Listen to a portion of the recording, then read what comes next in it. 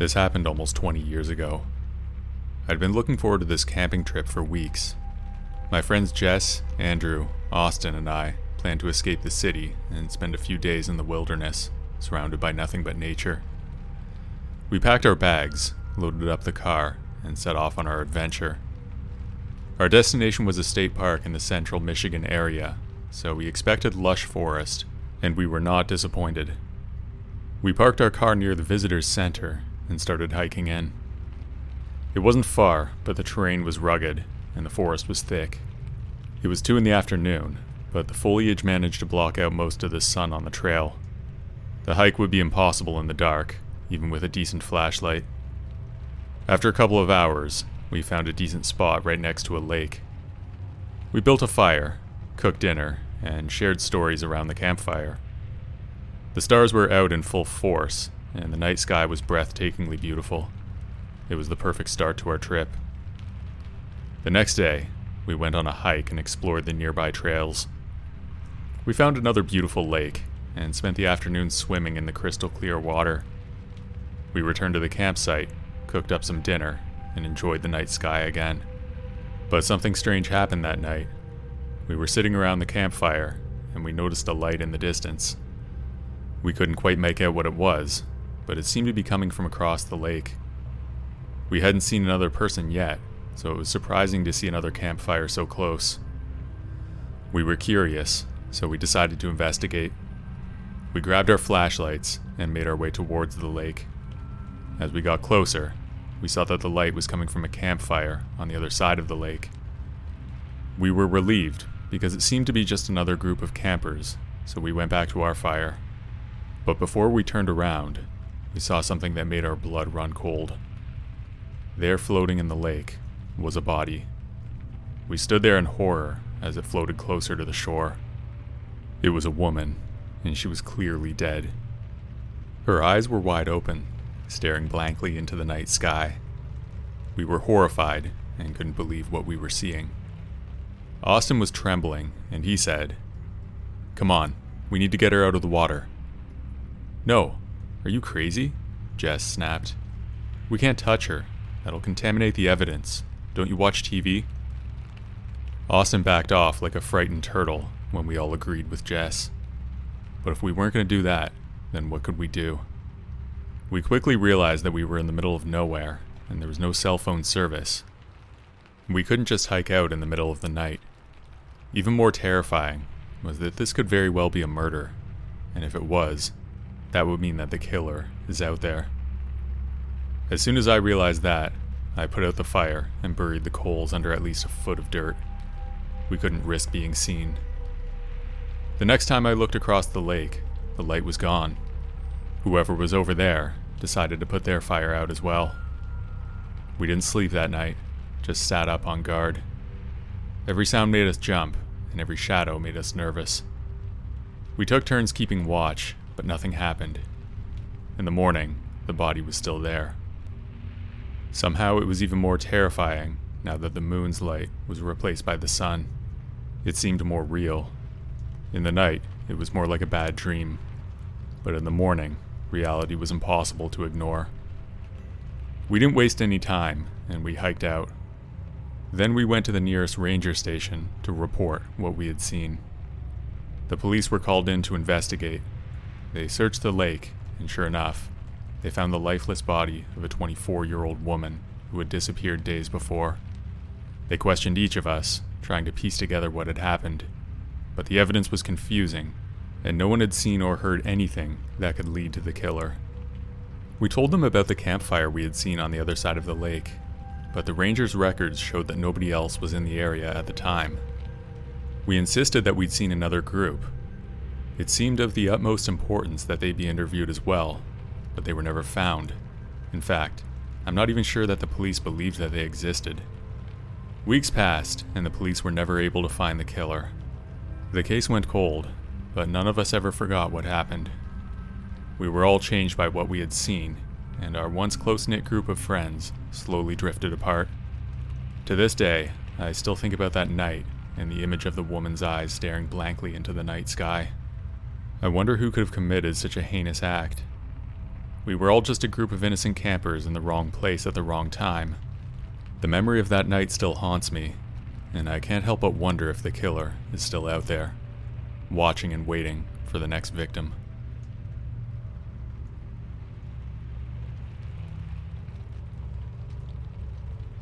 I went on a solo camping trip in the mountains of North Carolina. There was a remote trail that I'd wanted to hike for a while, and I eventually did it. It would be a 3-day hike in, and I would spend 2 nights on the trail. I was excited for the adventure and the chance to escape the city for a while. The first day was great. I only saw one other hiker the entire time, but we passed by each other with little more than a nod. I took in the beauty of the mountains and enjoyed the peace and quiet. At around dusk, I found a spot to spend the night. It was just off the trail in a small clearing. It was an established site with a neat fire pit already arranged. I set up camp, ate my dinner, and then I went to sleep. I never sleep through the whole night when I'm in my tent. I always wake up at least 4 or 5 times throughout the night. When I woke up one time, I could see a shadow moving around my sight. It was definitely a human. I didn't move, and eventually he went away. I didn't fall back asleep that time. My mind raced through the possibilities of who it could be and why they were at my campsite. The next morning I got up early and ate breakfast. I continued walking, but I was scared because I didn't know who was there last night. At around noon, I saw a man on the trail in front of me. I was ready to say hi, but then he disappeared off into the bush. I was confused and didn't want to go past him on the trail. It might have been a trap. I yelled hello, but there was no reply. I decided to take my chances, and I walked past. When I got to the spot where I'd seen the man, someone lunged at me from behind a tree. He was scary looking, with dirty clothes and wild eyes. I managed to fight him off, and I ran as fast as I could. And I reported the attack, and they sent out a search party, but they never found the man. The scariest thing is that another hiker reported being attacked as well.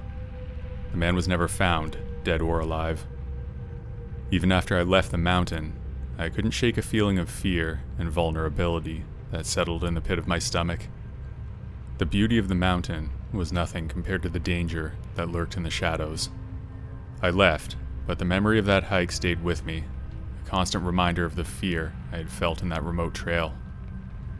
I never went camping alone again, and I never set foot on that trail again either. As I returned to my daily life, the memory of the hike continued to haunt me. I tried to put it out of my mind, but the image of his wild eyes and dirty clothes burned into my memory. I couldn't go back to the mountains, and I couldn't enjoy the beauty of nature without thinking of that man. I started to do some research on the trail and the attack. I talked to other hikers who had been on the trail, and many of them had similar stories. They had seen a man in the shadows, watching as he disappeared into the bushes. Many of them had reported strange noises in the night, and some even reported missing gear. With all those other accounts, it's incredible that the man has not been caught yet. It's like he's a ghost, always present, but rarely seen.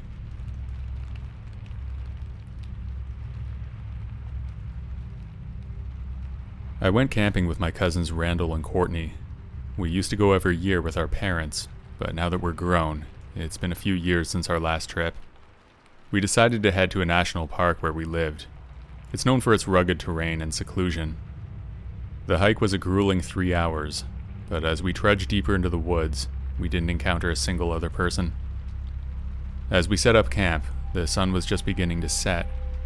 We sat around the fire roasting marshmallows and telling stories. The only sounds were the crackling of the fire and the occasional hoot of an owl. It was very peaceful and serene, and for a moment, I forgot all about the stresses of everyday life. But that peace was broken by a sudden noise in the distance. It sounded like somebody pounding on a tree.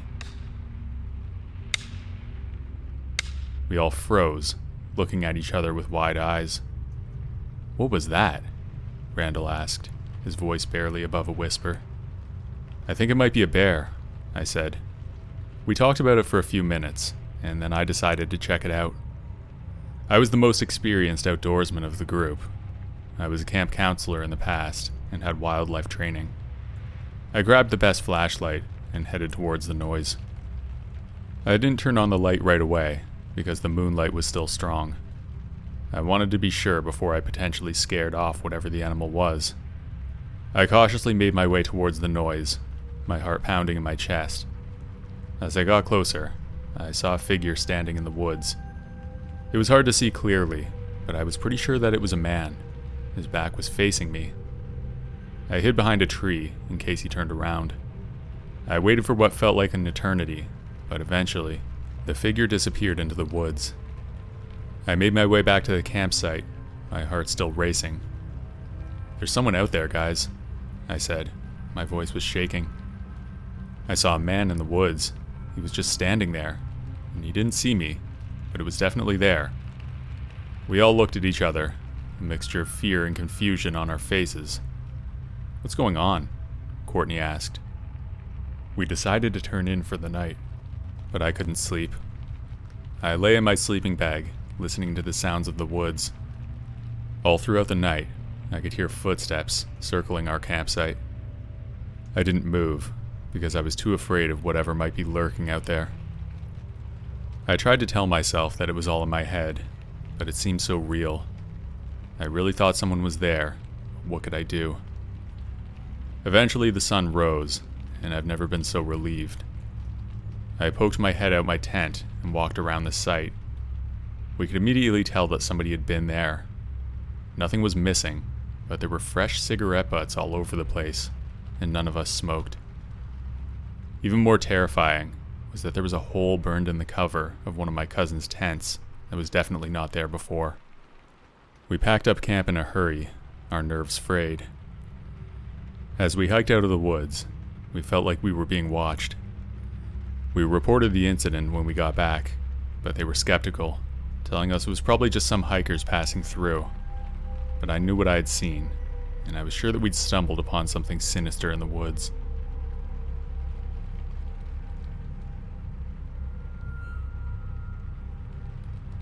I'm Amber, and this happened last summer.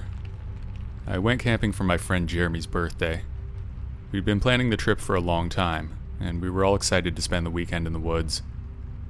There were 5 of us total, 3 boys and 2 girls. We packed up our gear, loaded the car, and set off for the campground. The scenery was beautiful, the trees were tall and green, and the sky was a bright blue. The sun was shining down on us as we set up our tents.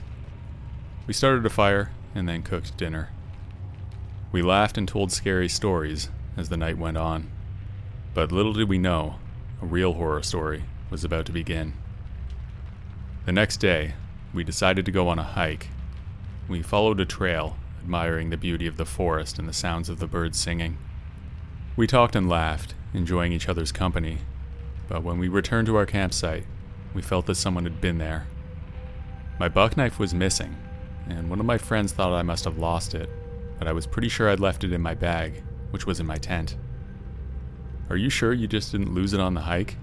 Jeremy asked, looking concerned. "I'm positive. It was in my bag the whole time.